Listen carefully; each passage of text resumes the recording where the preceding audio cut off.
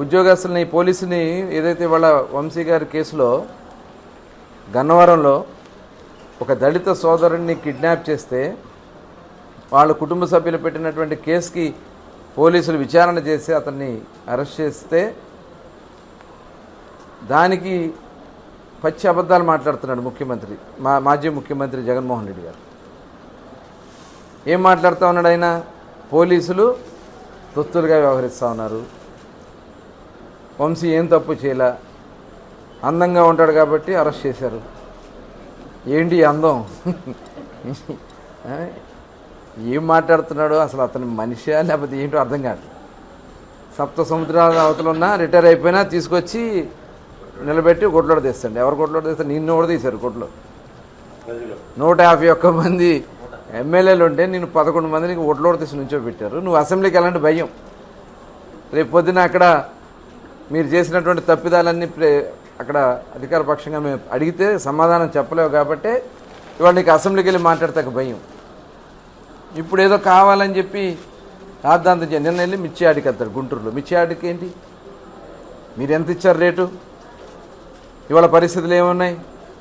కేంద్రం కూడా, నేను ముఖ్యమంత్రి గారు కేంద్రానికి దగ్గరికి వెళ్ళి కేంద్ర వ్యవసాయ శాఖ మంత్రి గారితో కూడా మాట్లాడి మరి ఇవాళ ఉన్నటువంటి మిర్చికి గిట్టుబాటు ధర వచ్చే విధంగా ఆయన మాట్లాడుతూ ఉంటా.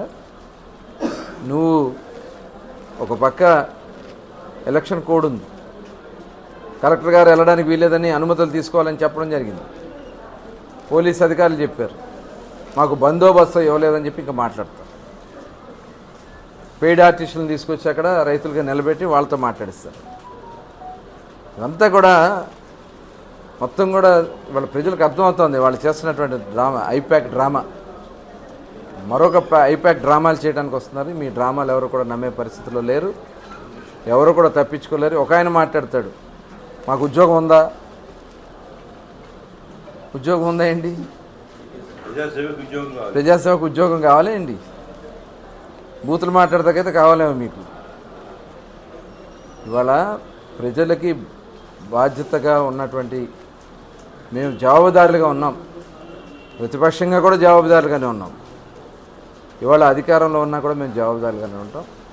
ఖచ్చితంగా ఈ జిల్లా అభివృద్ధిలో మేమందరం కూడా సమిష్టిగా, మా నాయకత్వం మొత్తం కూడా సమిష్టిగా పనిచేసి జిల్లాని మళ్ళీ ఏదైతే మనం పోగొట్టుకున్నటువంటి పరువును నిలబెట్టడమే కాకుండా రాష్ట్రంలో ఒక ప్రధానమైనటువంటి జిల్లాగా నిలబెడతామని కూడా తెలియజేస్తాం. Thank you.